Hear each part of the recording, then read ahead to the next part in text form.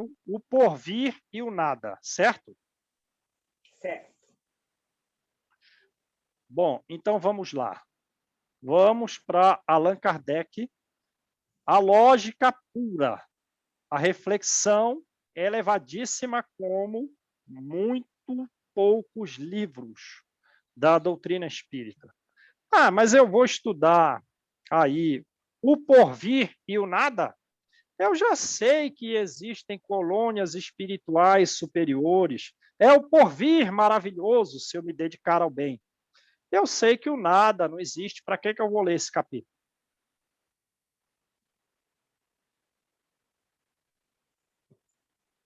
Para que eu vou estudar esse capítulo?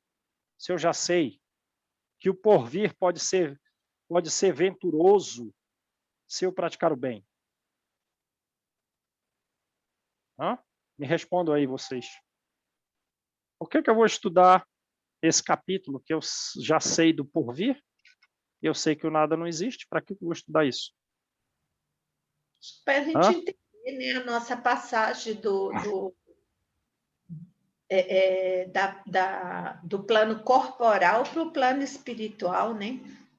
Para que a gente entenda sobre isso, tenha conhecimento, né, de que existem condições melhores, desde que a gente trabalhe na seara, né?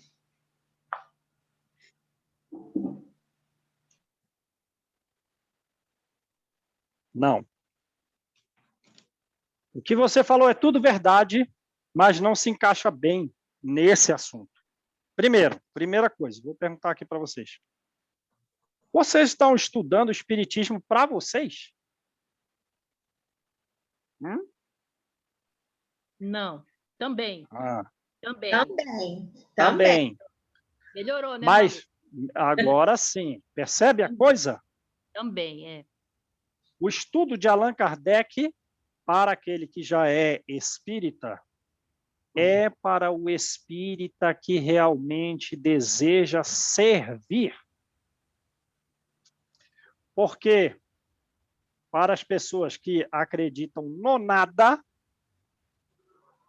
que são nossas irmãs, que merecem, portanto, ser esclarecidas. O alimento que essas pessoas necessitam é Allan Kardec. Não há outro autor. Entenderam bem? Uhum. Então, o Allan Kardec nos prepara para que nós efetivamente sirvamos aos outros através do conhecimento que pode lhes tornar espirituosos. Não tem outro. Então, vamos lá. É assim que a gente tem que estudar Allan Kardec. Não para nós, para os outros. Então, vamos lá. Imagina, então você vai fazer uma palestra em que, só para vocês terem uma ideia, só tem materialista ali. 20 médicos, 10 engenheiros e 15 juízes ou advogados. Você vai chegar falando que a gente acabou de ler em André Luiz? Vão rir na sua cara, como riram na cara de Paulo em Atenas. Vão rir na sua cara. E vão embora, debochando de você. Mas se você falar esse conteúdo que está escrito aqui, aí sim você vai fazer eles refletir. Aí sim você vai fazer com que eles deem passos na direção do progresso. Então, ó, vivemos, pensamos e agimos. Eis o que é positivo. Vivemos, pensamos e agimos. Isso é fato. E morremos, o que não é menos certo. Ou seja, também é positivo. Né? Também é positivo, nós morreremos. Imagina você estar conversando com um grupo de materialistas. No entanto, deixando a Terra, para onde vamos? Na Terra não estaremos mais. Para onde vamos? Que seremos após a morte? O bom professor é o que faz pergunta, certo? Como Sócrates. Estaremos melhor ou estaremos pior? Existiremos ou não? Ser ou não ser? Tal é a alternativa. Alternativa binomial. Ou eu sou alguma coisa ou eu não sou nada. Depois da morte. Não tem terceira chance. Para sempre ou para nunca mais. Ou tudo ou nada. Ou vivemos eternamente, ou tudo se aniquilará para todo sempre. Vale a pena pensarmos nisto. Vale a pena pensarmos nisto. Começou com essas palavras de Kardec? Comecei. Vai fazer o pessoal refletir. Vai fazer o pessoal refletir. Você vai chegar dizendo que existe uma mansão paz numa região inferior, que tem um redemoinho. Vão rir na sua cara, igual riram de Paulo e Atenas, única cidade na qual Paulo não fundou uma igreja. Então tá. Todo homem experimenta a necessidade de viver. Todo homem experimenta a necessidade de gozar, de amar, de ser feliz. Dizei ao moribundo, né? Uma pessoa extremamente doente, talvez até alguns na iminência da morte. Dizei ao moribundo que ele viverá ainda, mesmo depois da morte, que a sua hora é retardada. Dizei-lhe, sobretudo, que será mais feliz do que porventura o tenha sido. E só por você ter falado isso, a fisiologia dele vai se alterar. Vai ficar como envolta de uma energia de alegria. O coração vai palpitar de alegria. Mas, então vai fazer uma pergunta. Se botou esse mas depois de uma frase dessa, vai fazer uma pergunta. Mas, para que servirão essas aspirações de felicidade capazes de alterar a fisiologia de quem ouve, se um leve sopro é capaz de dissipá-las? Se depois da morte não existe nada. Haverá algo mais desesperador do que essa ideia de destruição absoluta? Afeições caras, filhos amados, pais queridos, inteligência, progresso, saber laboriosamente adquirido. Besteira. Com a morte, besteira. Tudo despedaçado, tudo perdido. De nada nos serviria, portanto, qualquer esforço para nos tornarmos melhores. De nada nos serviria qualquer esforço para reprimirmos as nossas paixões. Tenho desejos inadequados e eu estou reprimindo isso para o meu próprio benefício. Mas a morte está bem aí, e depois dela não existe nada. E você está fazendo uma besteira, é inútil. De nada nos serviria os esforços para ilustrarmos os nossos espíritos, vamos conhecer bastante, desde que nada aproveitássemos de tudo isso, considerando-se a opinião de que amanhã, talvez, isso já não nos serviria de coisa alguma. Se fosse assim, a sorte do homem seria 100 vezes pior que a sorte do animal, porque o animal, vive inteiramente do presente, com vistas à satisfação dos seus apetites materiais, sem aspiração para o futuro. Né? Mas uma secreta intuição, porém, nos diz que isso não é razoável, que isso não faz sentido e que, portanto, isso não é possível. Tem que existir uma vida após a morte, porque senão era melhor me comportar como o gato que tem aqui em casa. Primeira fala.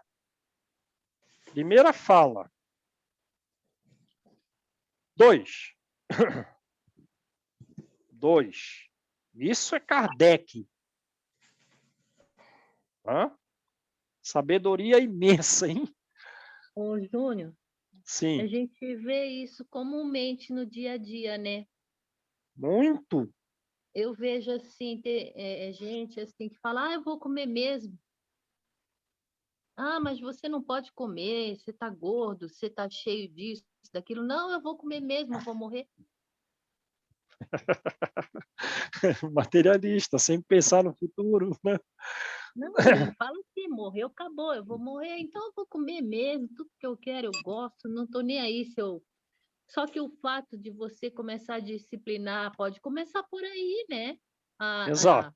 a, a alimentação já é um fator aí que contribui para você aprender os freios. Os freios. Os freios. O que pode ser o freio para uma pessoa dessa é a doença. Né? Sim. Agora, um freio intelectual, portanto, que ela própria pode se impor sem sofrer consequências fisiológicas, é esse raciocínio de Kardec. Para esse pessoal, a gente não fala em colônia espiritual. Eles vão achar que nós estamos delirando. Né? Você tem que conversar isso aqui, o porvir e o nada. Né? O porvir e o nada. Aí você diz, olha, mas vem cá, eu estava com um doente ontem e eu disse que ele viverá e que ele será mais feliz. Vê que ele não falou, que ele falou no plano espiritual, nem falou isso. Falei ao doente que ele seria mais feliz do que ele jamais foi. E ele se tornou melhor. E teve uma alteração positiva. Ora, essa esperança não mostra que efetivamente a coisa é real? Né? Percebe bem o que ele está falando? Então vamos lá. Pela crença no nada, agora ele vai fazer o raciocínio oposto. Pela crença no nada, o homem concentra forçosamente todos os seus pensamentos na vida presente. É isso, eu vou comer, vou gozar, e eu vou fazer isso de qualquer jeito, sob qualquer direito. Aí pronto, a Terra virou um campo igual lá, aquele entorno da Mansão Paz do livro Ação e Reação. Não faria, então vamos lá, não faria sentido, é lógico, preocupar-se com o futuro, do qual nada espera. Não espero nada do futuro, vou concentrar meus pensamentos todos na vida presente. Esta preocupação exclusiva do presente leva o homem naturalmente a pensar em si. Naturalmente, a pensar em si. De preferência, a tudo e a todos. De preferência, a tudo e a todos. É, pois, o mais poderoso estimulante do egoísmo. A ideia do nada,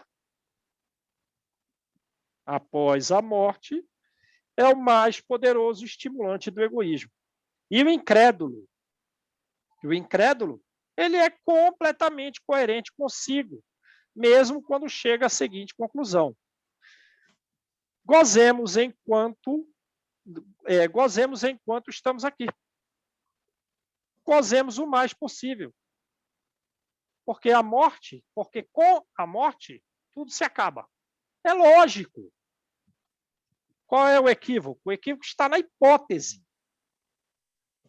A hipótese de que com a morte tudo se acaba é o erro. Mas, desse erro, você chegar, então, à conclusão de que porque tudo se acaba, vamos gozar a vida, vamos gozar ao máximo possível, faz sentido. Faz sentido. Gozemos ainda depressa, porque não sabemos por quanto tempo estaremos vivos. É muito coerente. É coerente também com esta outra conclusão. Mas essa outra é muito mais grave para a sociedade. A primeira já era grave, essa é mais. Qual é? Qual é? Gozemos independentemente de qualquer coisa. Gozemos apesar de tudo. Gozemos de qualquer modo. Não quero saber se você vai sofrer, se você vai perder alguns direitos, se você vai morrer. Esse problema é seu. Eu quero gozar a vida, porque, né, a felicidade neste mundo é do mais astuto. Percebe que isso é o assunto a ser dito para quem necessita desse alimento espiritual, não é outro. A gente tem que saber dosar a luz da candeia. Nem apagada, mas não pode ser muita luz. André Luiz é muita luz para muita gente. Não pode falar dele.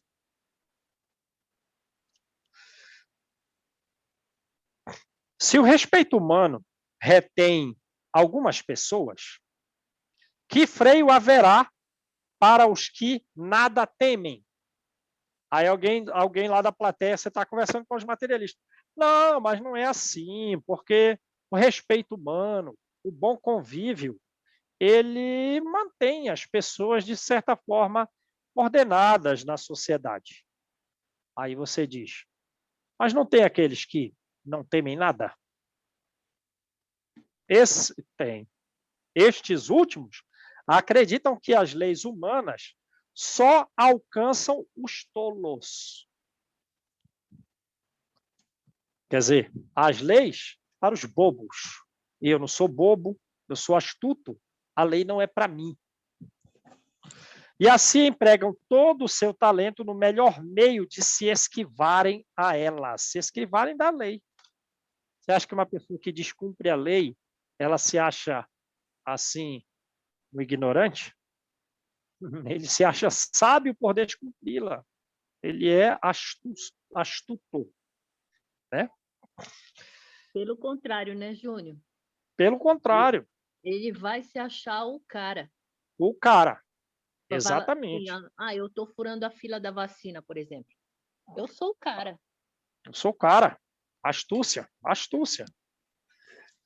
Astúcia. Então, porque alguém se põe na frente, é o egoísmo mesmo, puro, né? Não quer nem saber. Puro. Esses aqui estão lá no redemoinho lá do São Pais. Estão lá do lado de fora. Lembra de uma palavra do livro anterior?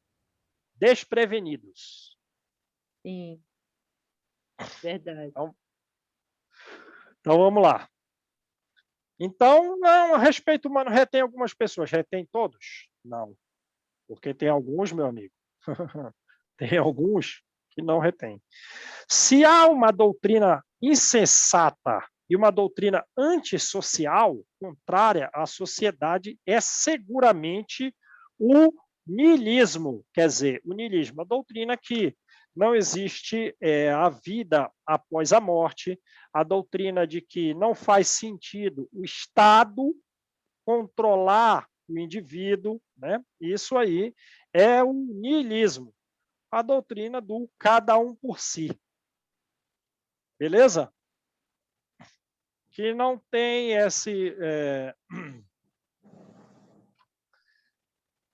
ela nega a existência da vida após a morte, ela nega as normas morais. É o niilismo. Essa doutrina, Kardec acabou de provar com argumentos claros e lógicos que ela é insensata e antissocial. Por quê? Rompe com os verdadeiros laços de solidariedade e de fraternidade, né? Em que se fundam as relações sociais. As relações sociais têm por base a solidariedade e a fraternidade. E o niilismo rompe a base das relações sociais. Suponhamos, então ele vai dar um exemplo, certo? Ele vai fazer um exemplo hipotético. Suponhamos que, por uma circunstância qualquer, todo um povo,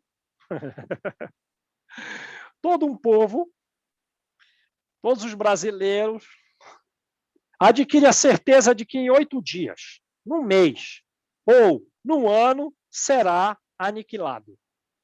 Olha, brasileiros, vocês só vão viver mais um mês. Esquece, meu amigo. Esquece.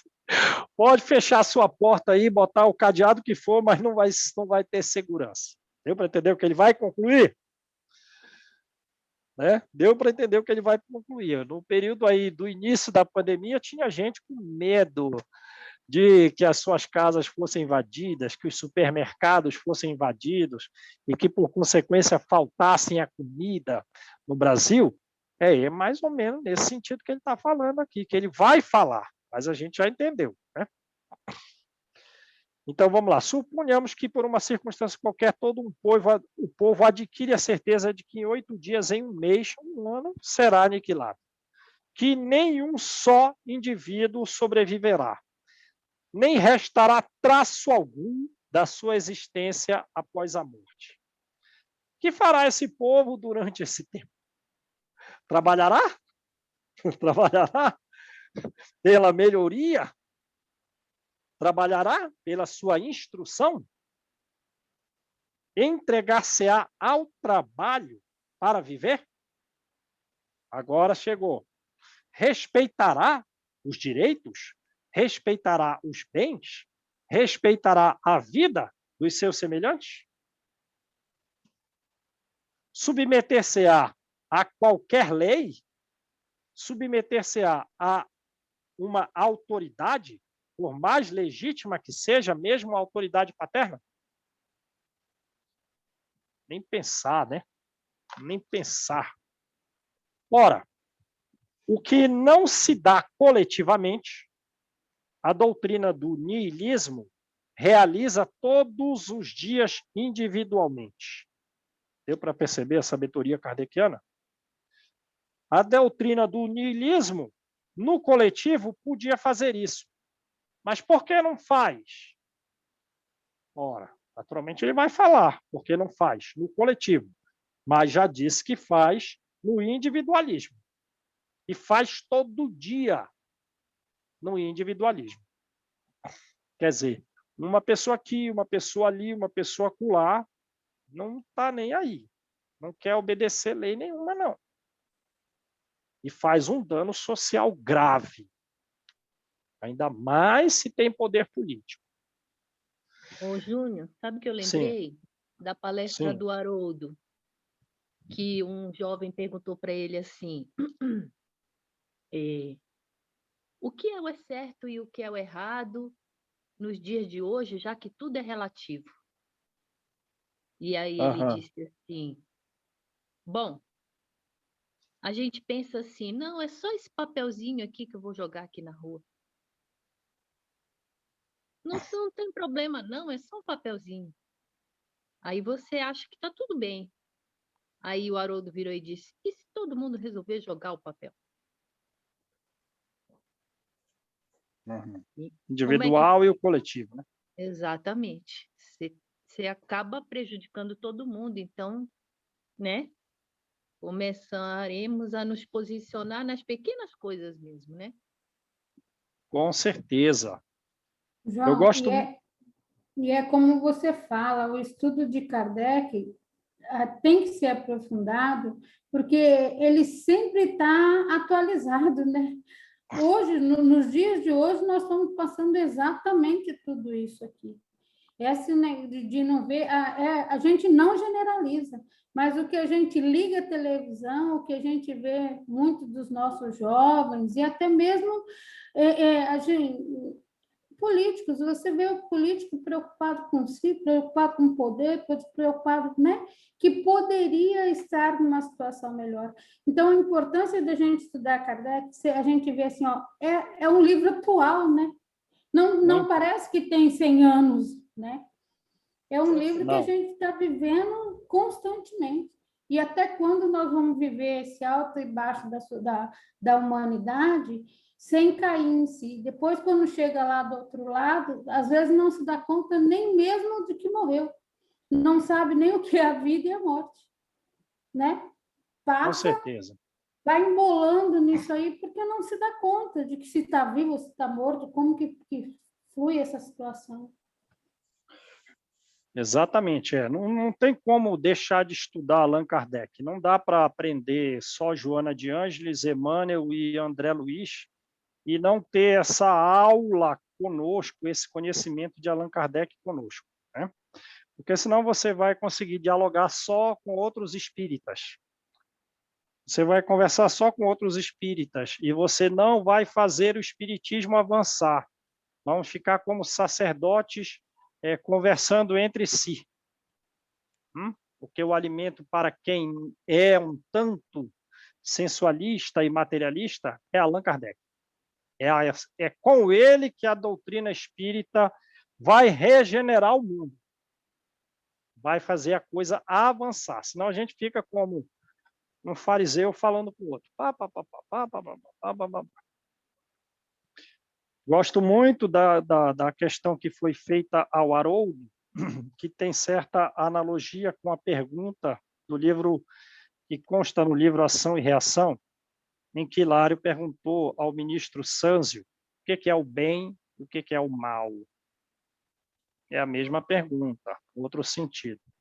E o ministro Sânzio vai dizer a seguinte resposta, e era a que eu daria, copiando o ministro Sânzio, em função dos nossos estudos. O bem é quando nós nos tornamos úteis e fazemos o que há de melhor para o coletivo. E o mal é quando eu faço a mesma coisa, exclusivamente para mim mesmo. Entenderam a diferença? Se relaciona profundamente ao egoísmo, o mal. O que é o mal? É quando eu faço as coisas para beneficiar exclusivamente a mim. Então, vamos lá. Então, o que a doutrina do niilismo de não vale regras sociais, não existe vida após morte, nem o Estado deveria interferir no indivíduo, nas ações do indivíduo, o que ela não faz no coletivo, ela faz no individual. Se as consequências não são tão desastrosas quanto poderiam ser, em primeiro lugar, porque a maioria dos incrédulos, porque na maioria dos incrédulos, há mais bravata, há mais arrogância, há mais uma ameaça arrogante do que uma verdadeira incredulidade. Deu para entender o que ele está falando? Ele está dizendo que muitas pessoas que se dizem incrédulos, que se dizem descrentes, não são. Eles estão falando isso mais por fanfarrice, por fanfarronice, por orgulho, por querer expressar uma ameaça em função da arrogância. Mas não são incrédulos. É isso que Kardec diz. Porque se verdadeiramente fossem aí um percentual maior da individualidade, seria niilista, e aí as consequências sociais seriam graves. Tem mais dúvida do que convicção. Quer dizer, ele está na dúvida se é verdadeiro ou não que existe vida após a morte. A maioria das pessoas que se dizem descrentes, incrédulos, estão mais na dúvida do que na certeza de que a morte, de que não há vida após a morte. Possuindo eles mais medo do nada do que pretendem aparentar. Então, a situação só não é grave em função disso. Os incrédulos estão mais, na verdade, na dúvida do que na certeza de que não existe nada após a morte. Eles falam que não acreditam, mas isso é mais uma posição orgulhosa, de desafiar. Já que o qualificativo de espíritos fortes lisonjeia-lhes o amor próprio, por orgulho. Primeiro ponto. Então, esse é o primeiro ponto, porque a sociedade não desgringolou de vez, em função do niilismo. Em segundo lugar, porque os incrédulos absolutos se contam por ínfima maioria. É uma consequência da primeira. Minoria. Né? Minoria. Minoria. Eu li maioria? Foi. Minoria. Né? Minoria. Os incrédulos mesmo, absoluto, é muito pouca gente. O resto só é basófia, só é fanfarronice.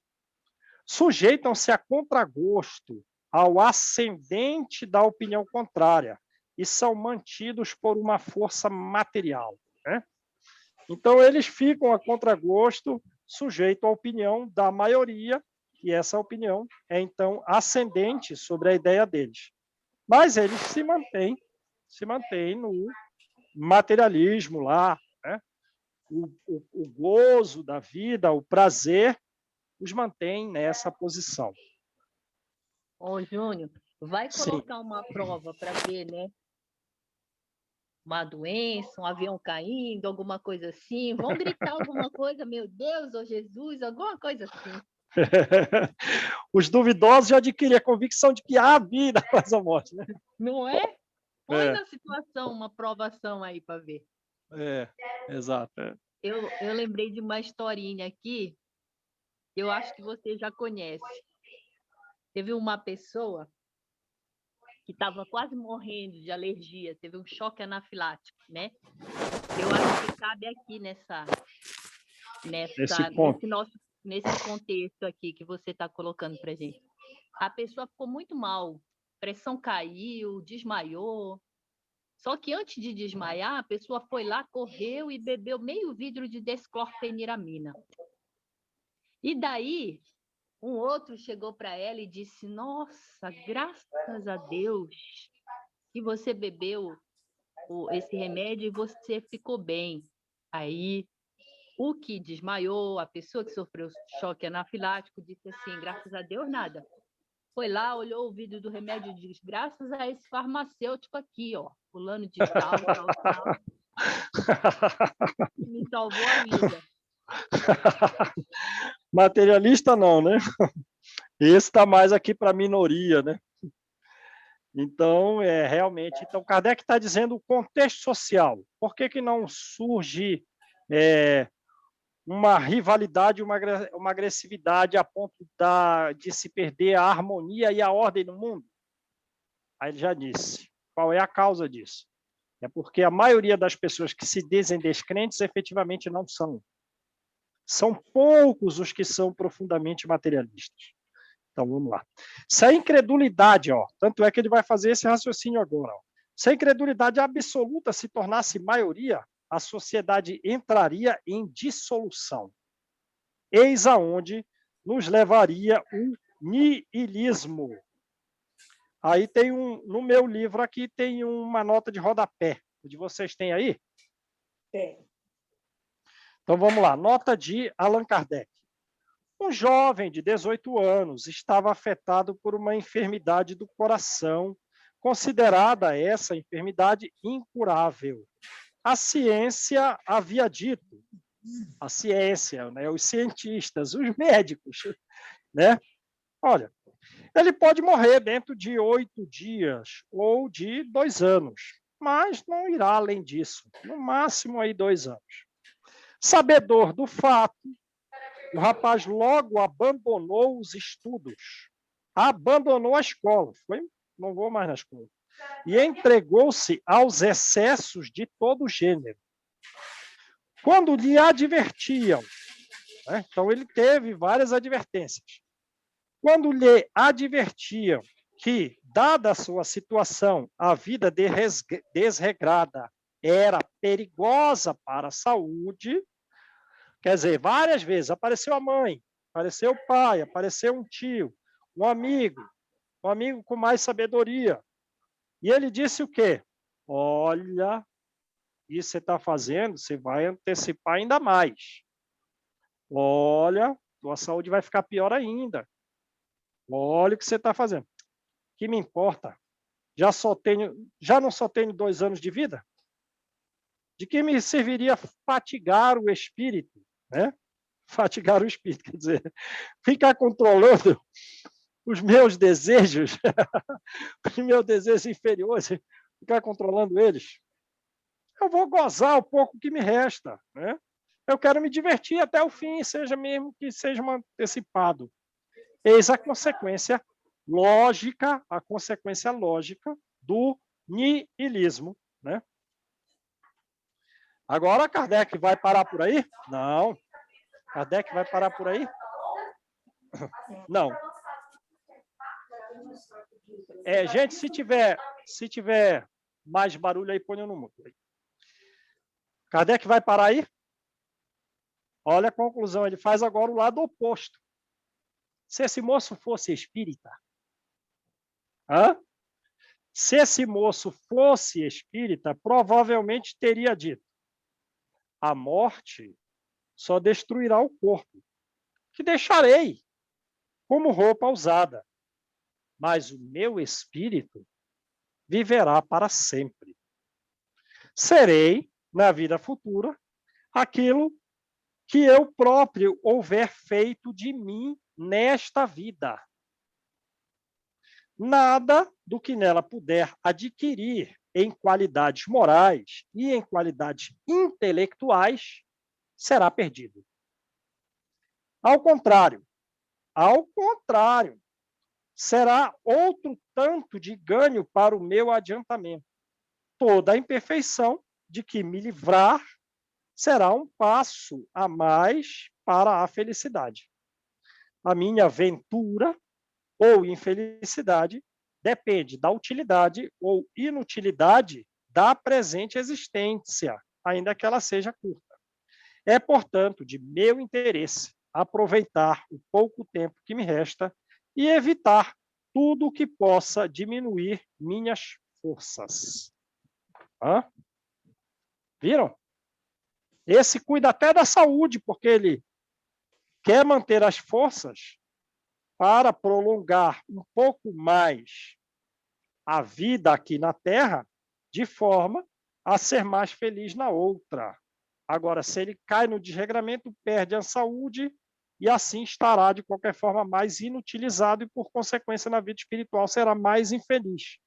Aí Kardec faz a pergunta: qual dessas doutrinas é preferível, senhores? Qual dessa doutrina é preferível? A segunda. A segunda, com certeza. Com certeza. Agora, vamos lá, continua aqui. Percebe o encadeamento lógico de Allan Kardec de como conversar com alguém que é materialista? A gente tem que falar o que ele está falando aqui, um resumo disso aqui, de forma sucinta, deixando também a pessoa falar. Mas são esses os argumentos para que a gente não fique só conversando de espírita com espírita, espírita com espírita, espírita com espírita. Fossem quais fossem, porém, as suas consequências. Se o niilismo fosse uma verdade, fossem quais fossem as consequências, consequências horrendas, mas, independentemente das consequências, se o niilismo fosse uma verdade, seria preciso aceitá-la de qualquer modo. Se ele fosse uma verdade, a gente tinha que aceitar. Pois nem sistemas contrários, nem a ideia dos males que daí pudessem resultar, seriam capazes de impedir-lhe de existir, a existência. Um raciocínio muito lógico, né? Ora, não há como negar que o ceticismo, a dúvida e a indiferença ganham terreno dia a dia. Percebe que não é à toa que Allan Kardec escreveu esses substantivos nessa sequência. O que ele disse? Não há como negar que o ceticismo, grau pior da coisa, descrença plena, É aquele caso da minoria, né? É o caso da minoria, ceticismo total e, portanto, são nihilistas. Não há como negar que o ceticismo. Agora, a dúvida é um grau melhor. É um grau melhor. Por quê? Pela dúvida eu já não faço tanto mal, eu não me comporto tão egoisticamente, certo? Porque eu não sei, de repente existe mesmo a vida após a morte. E aí, se eu pratico os maus atos, eu estarei mal. Mas será que existe mesmo? A dúvida é melhor que o ceticismo. Agora, e a indiferença? A indiferença ainda é um pouco melhor ainda que a dúvida. Quer dizer, eu não estou com dúvida, eu acredito que existe vida após a morte. Mas eu não estou muito preocupado com isso. Eu não estou me dedicando tanto ao bem assim. Eu acredito, existe vida após a morte, mas eu estou um pouco indiferente. A prática do bem, para que possa me colocar numa boa situação. E o que Kardec está dizendo aqui? Que essas três coisas que são em graus diferentes ganham terreno dia a dia. Olha o que ele está dizendo. Tem gente que acha que porque não faz o mal já está bom demais, né, João? É. E às vezes esse não fazer o mal é entre aspas também, né? Porque Sim. a partir do momento que eu só penso em mim, eu também estou fazendo, não estou agindo pela sociedade. E tem gente que acha assim, não, olha, eu não estou fazendo mal para ninguém, não fiz mal para ninguém, então eu estou salvo também, só de não fazer o mal. E não é assim, e não é isso que Kardec não fala, né? Realmente, não é. Agora veja, o que ele quer dizer com ganhando terreno dia a dia?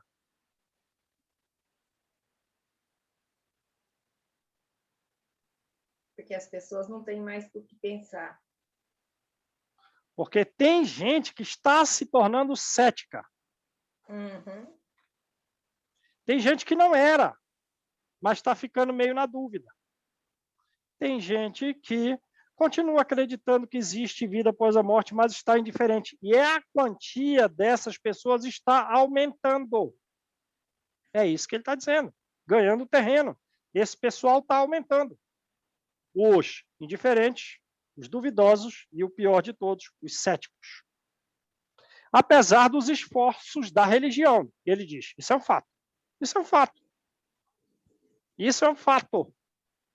Imagina, eu sou professor de medicina da USP, renomado no Brasil e internacionalmente.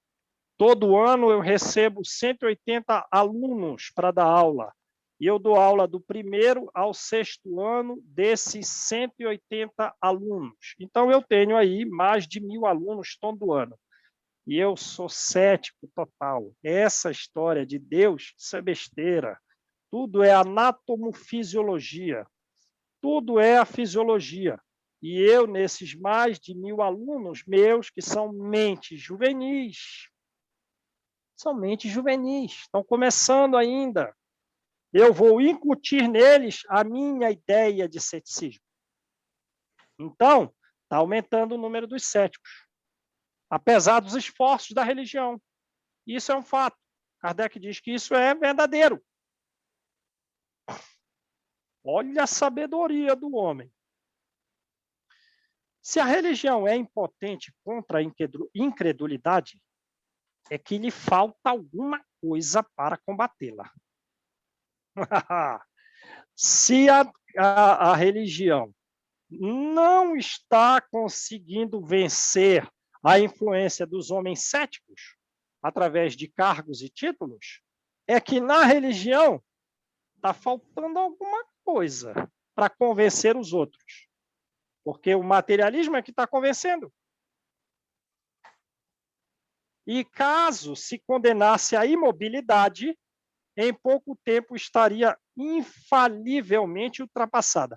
E se a religião ficasse imóvel, não ia demorar muito tempo que ela estaria ultrapassada de uma forma que seria impossível retorná-la. Ela se tornou, faliu. Se a religião parar, se imobilizar, faliu. pode cair numa falência que jamais será ultrapassada.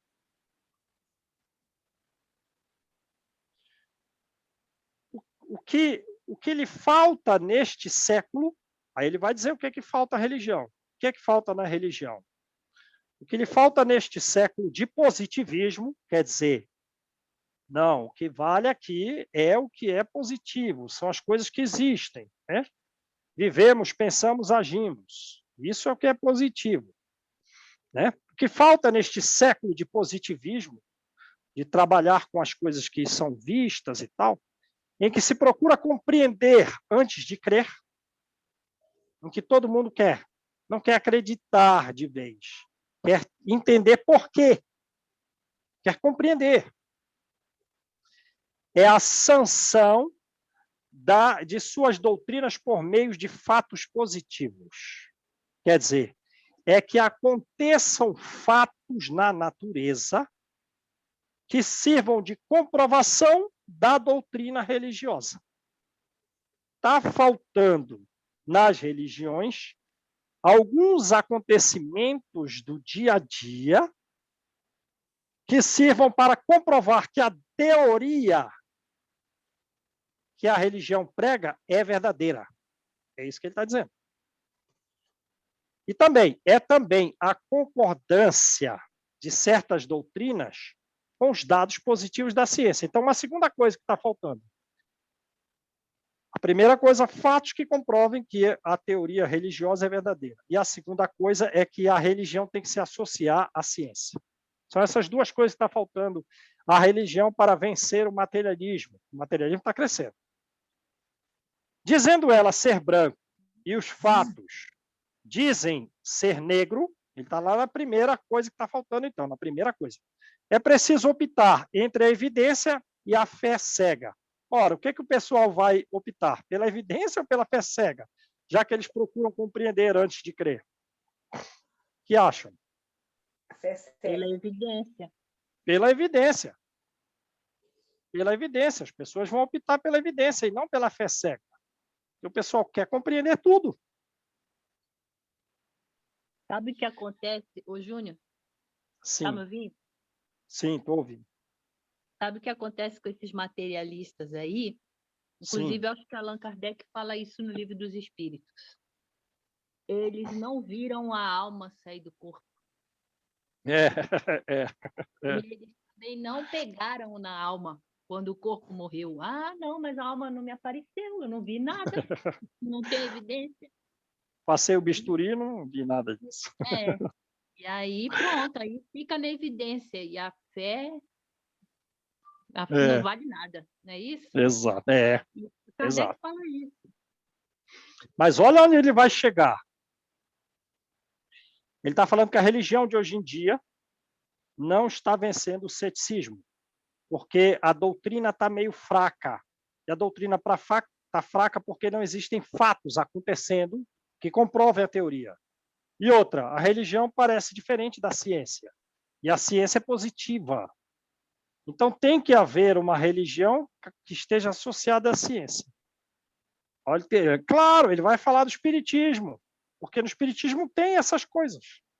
O espiritismo está associado aos fatos. A doutrina está embasada nos fatos. Esse livro é só isso. A primeira parte, como a gente viu no prefácio, é a doutrina. E a segunda parte são os acontecimentos, os fatos, e dão base para a doutrina, que é a segunda parte do livro do Céu e Inferno. Percebe como Allan Kardec fechou, nesse ponto ele fechou o livro inteirinho aqui do Céu e Inferno.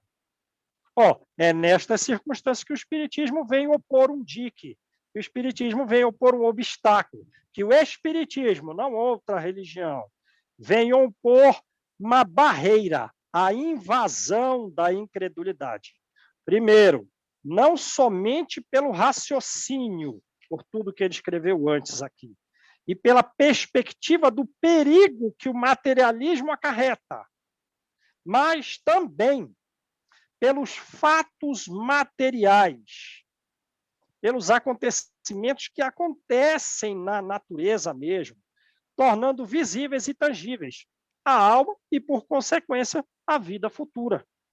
Certamente, Todos somos livres na escolha das nossas crenças. Cada um tem sua liberdade de crença, é liberdade individual. Podemos crer em alguma coisa ou não crer em outra coisa, mas aqueles que procuram fazer prevalecer no espírito das massas é outra coisa.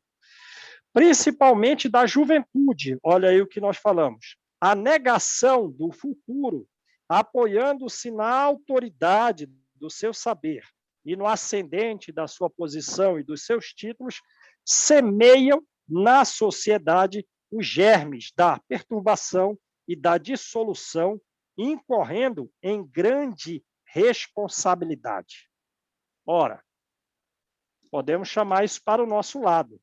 O espírita que não busca ter esse conteúdo religioso de Allan Kardec e, por consequência, não está se tornando apto ao diálogo com os jovens, ao diálogo com as pessoas que são materialistas, para pelo menos tirá-los do ceticismo para a dúvida, ou da dúvida para a indiferença, e da indiferença para a prática do bem. Essa é a nossa função principal. Se a gente não fizer, estamos, caminhando com alguma irresponsabilidade. Mas vamos parar por aí, né, gente? Tem 1 minuto para a gente fazer a prece. Percebe? Só te fazer uma pergunta, trazendo tudo isso aí para os dias de hoje, o fato de ter tantos desencarnes aí, tanto coletivo, isso mexe com o emocional de todo mundo, porque são filhos, né, maridos, são amigos, são entes queridos.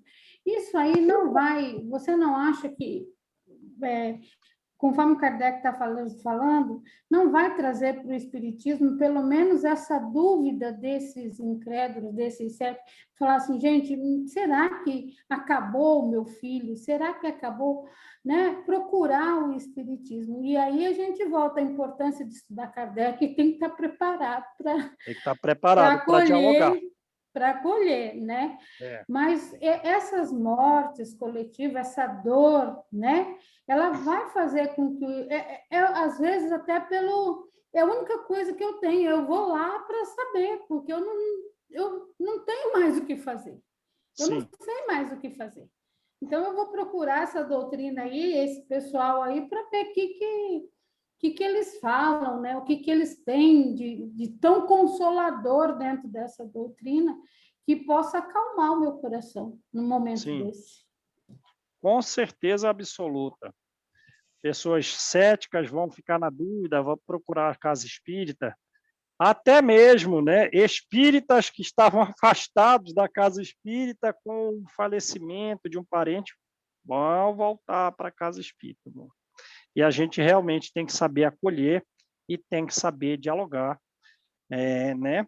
com os que, principalmente com os que não são espíritas.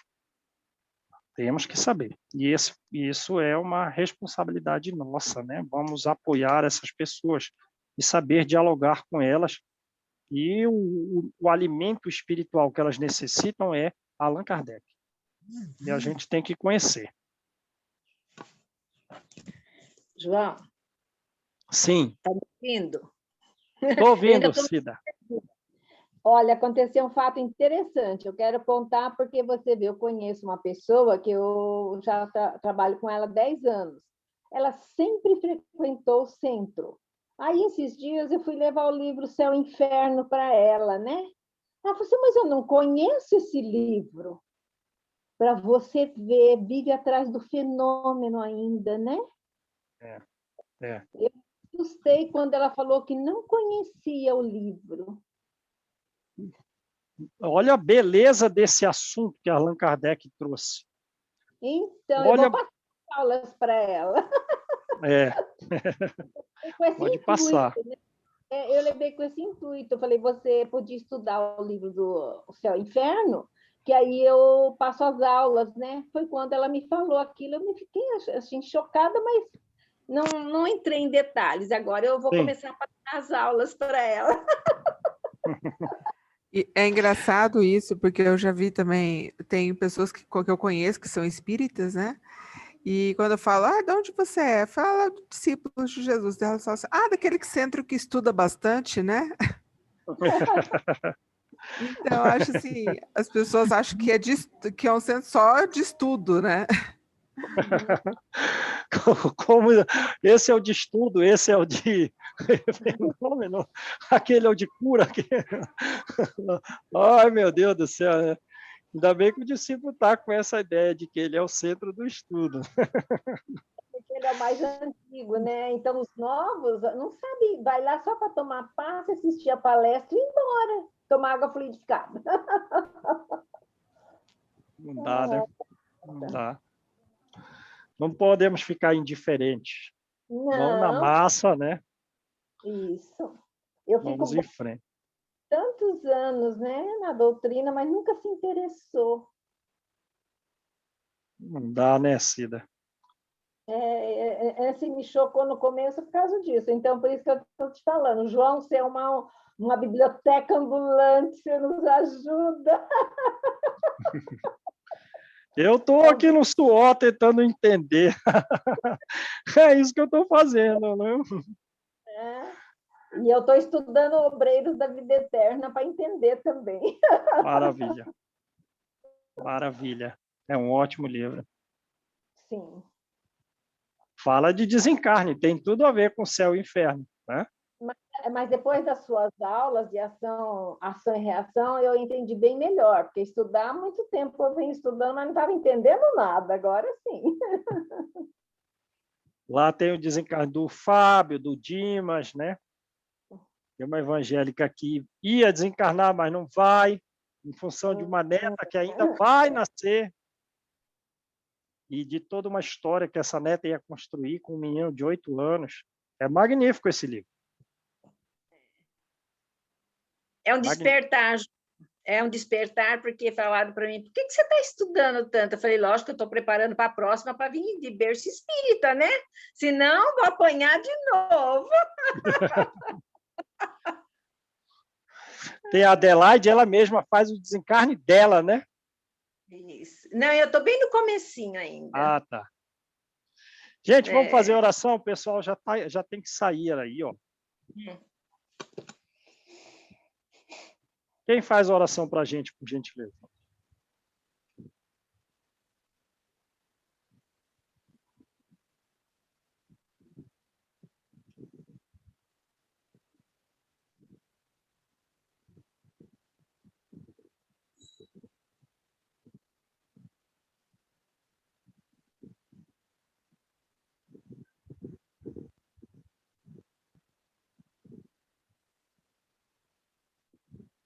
Amado Mestre Jesus, agradecidos estamos, Pai, por mais esse dia de estudo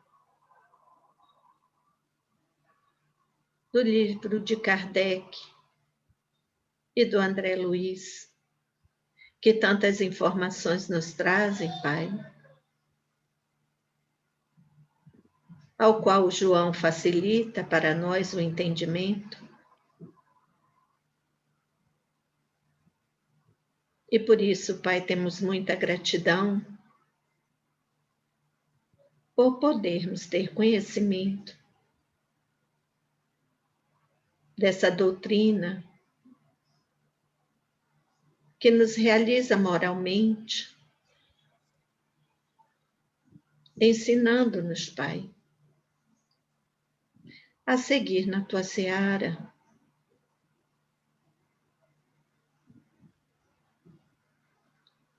que um dia, Pai, chegaremos à perfeição.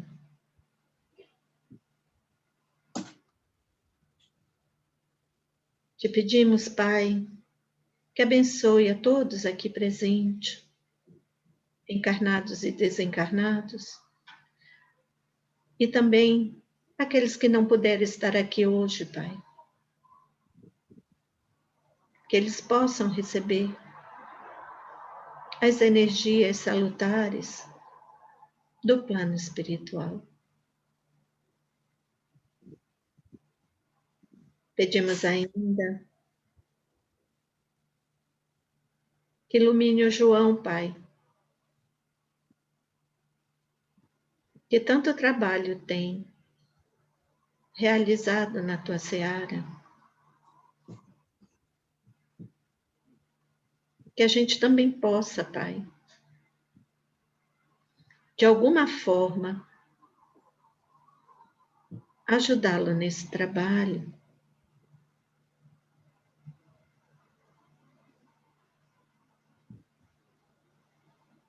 em busca de um mundo melhor, Pai, para toda a humanidade.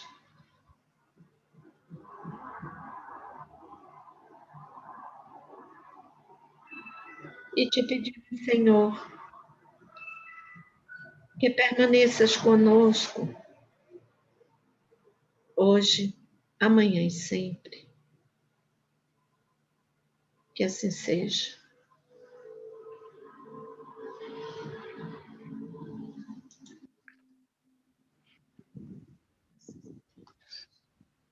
Tchau, gente.